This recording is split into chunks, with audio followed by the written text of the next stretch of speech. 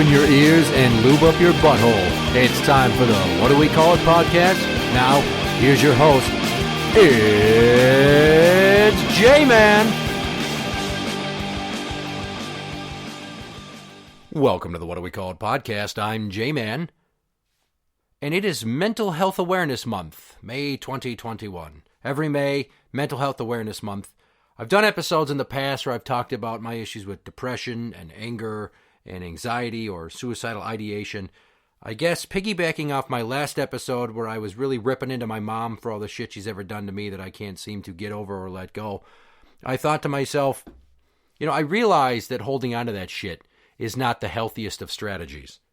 And I've got a lot of unresolved anger from throughout my life. And I had an incident where I was dealing with a visitor at work at the hospital. And they were pissed off about me making them remove an article of jewelry that I said could not go into the housing unit for the mental health patients. This woman got super incensed and was just adamant that not all the security officers follow the rules the same way, and it was me who dealt with her yesterday, and it wasn't. And when somebody tells me that I did something I did not, I get really fucking defensive and instantly angry, like, how dare you? And the root cause of that is probably from dealing with my mom. God damn you! See, this woman refused to believe that there's no possibility that it wasn't me who let her wear that piece of jewelry into the unit the day before, even though the guy that did it is 10 years older than me and black. Surprise, motherfucker. I wasn't even in that part of the hospital when she was there the day prior, so she's basically gaslighting me. And gaslighting is when you try to convince people that their version of the truth is incorrect and they're misremembering or they might be crazy. It's any number of strategies or tactics you use to confuse people and basically manipulate them into believing what you believe or what you present as the truth. And I can't tell you how many times in my life my mom has interrupted me while telling a story and stated, "No, you're not remembering that right. This is what happened." And how many times have I called her out on the fact that she's not going to remember it correctly because she wasn't even fucking there? A bunch. And yet she still keeps doing this shit to me. It's mind-numbing. And somebody that does that to you or disagrees with you in that way, basically what they're saying is that you're incorrect. But more importantly, what they're doing is they're trivializing what you believe to be the truth. Now, gaslighting is a manipulation tactic, but let's say you're having a disagreement with somebody and you tell them your remembrance of the sequence of events, and they go, "No, that's not what happened." Oh, really? That right there should tell you everything about their willingness to be talked down and how much difficulty you're going to have in getting them to accept something that they don't think is the truth. Because if someone's telling me a story and I was there and I'm like, hang on, I remember it differently. It's not like you're wrong. You can instantly go there and risk upsetting them and then turn the thing from a simple disagreement into an argument.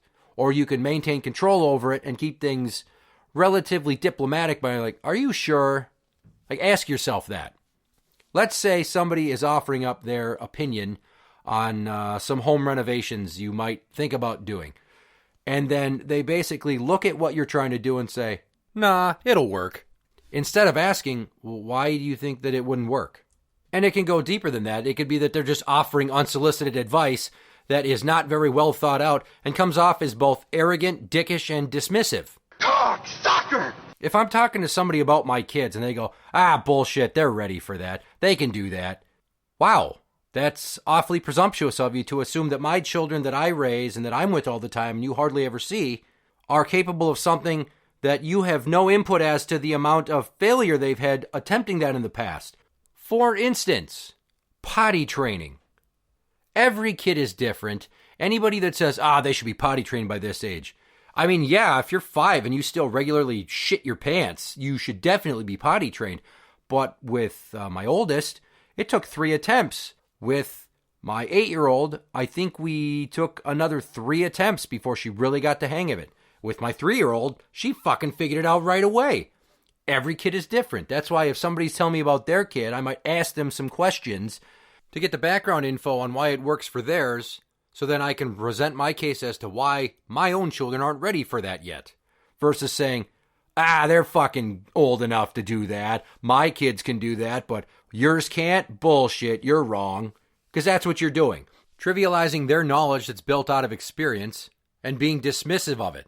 That they're wrong. And they have a more educated opinion than you do. And who's to say that your 2 cents are even solicited in the first place? Did you walk into a conversation with other people and then immediately jump right in as if you had been there from the beginning? Who knows? But that's a great way for me to look at you and go, wow, you're a fucking asshole. Leave. I don't want to deal with your bullshit. Bye, Felicia. Why am I so sensitive?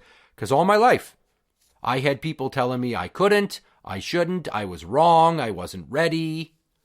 Take the time to fucking ask me why I think what I think versus telling me why you think I'm incorrect. You're not inside my head. You haven't seen life through my eyes, and you don't live the shit that I do.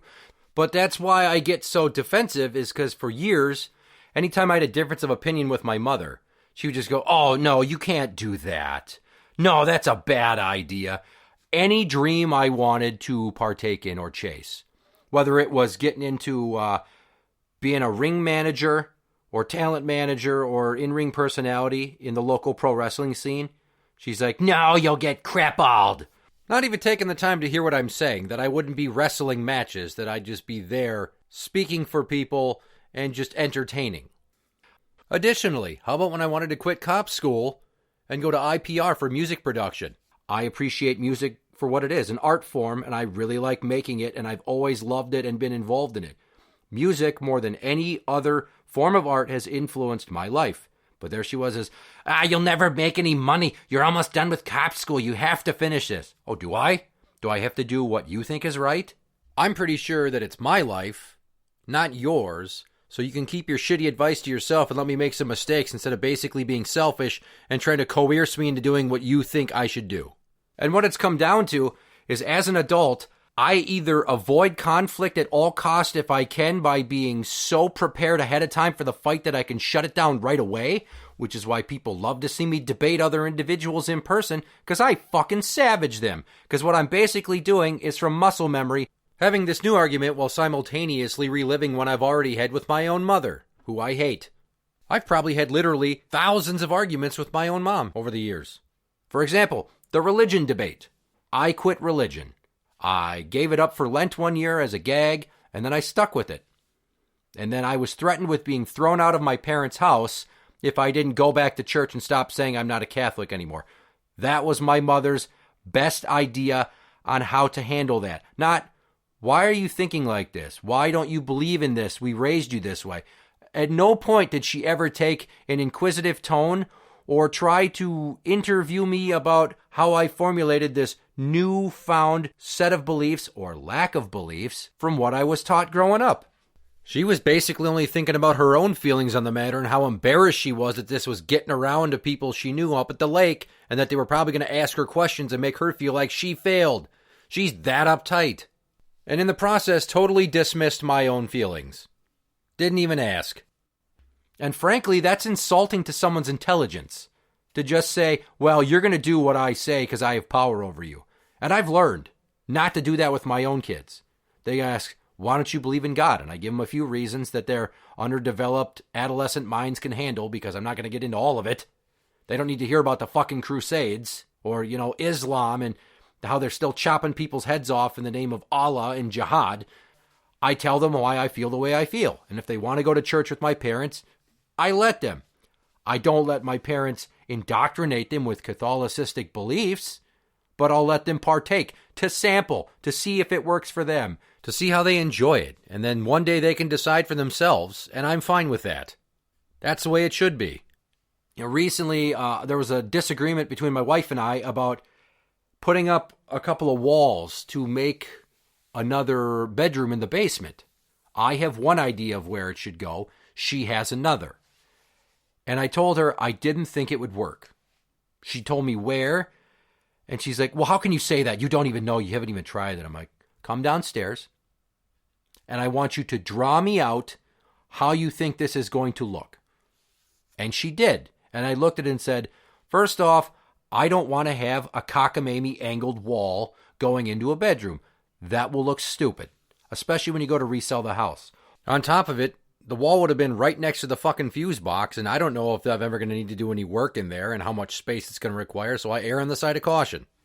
You can't just move the fuse box that easily because all the conduit piping and all that, the wires, have been run through very specific floor joists, and relocating it is not an easy task. So we abandoned that idea. She got kind of pissed, but I did what I could to listen to her, to hear her out, to not just say, "You're wrong, it's not going to work."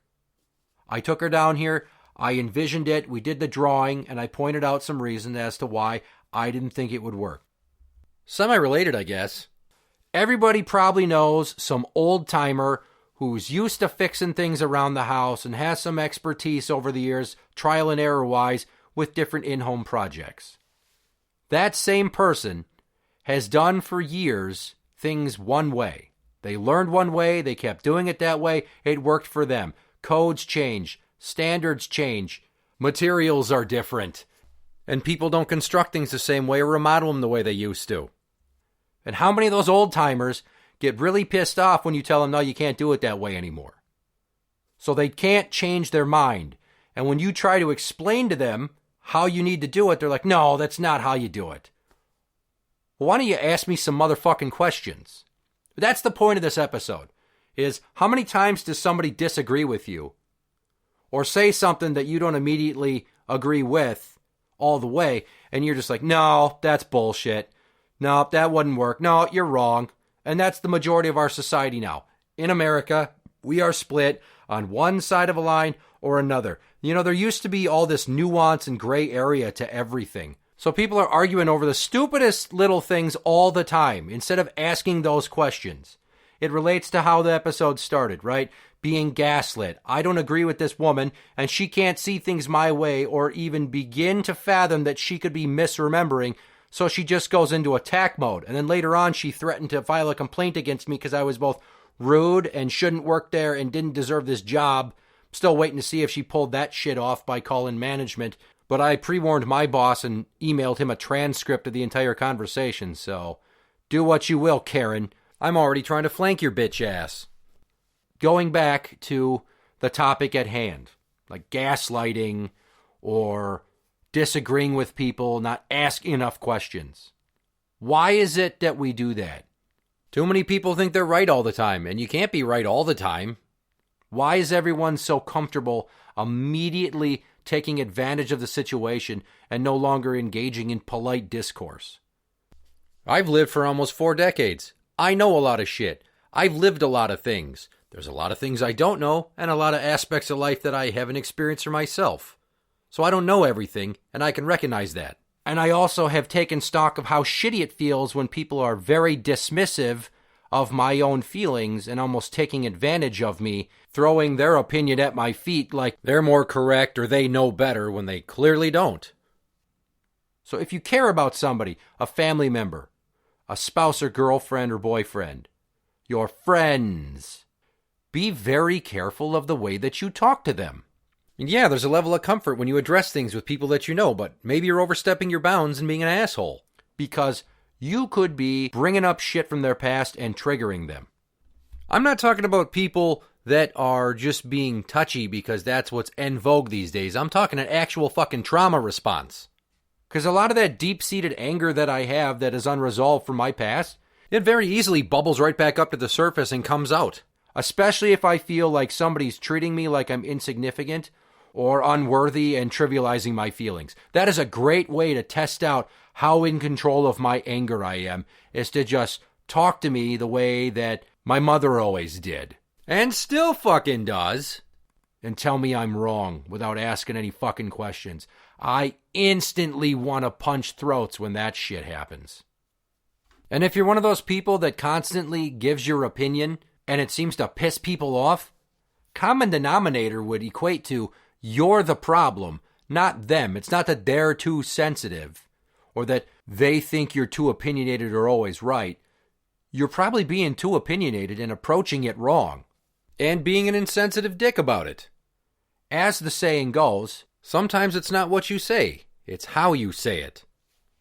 So in the interest of helping everybody feel a little bit better and not always turning everything into an argument like it tends to happen these days, take a deep breath, ask more questions, make fewer statements, and try to come together somewhere in the middle to where your beliefs and their beliefs meet and find that common ground so you don't drive them absolutely crazy and they stab you in the neck with a Ford Fusion key. Which may seem like a very specific example and is totally not something I've ever considered doing to another human being. Wink. Interact with the show on Twitter at What Do We Call It? That is at What Do We Call It? You can find us on Facebook at facebook.com/groups/What Do We Call It podcast show. For the What Do We Call It podcast, I'm Jmann. And that's the end.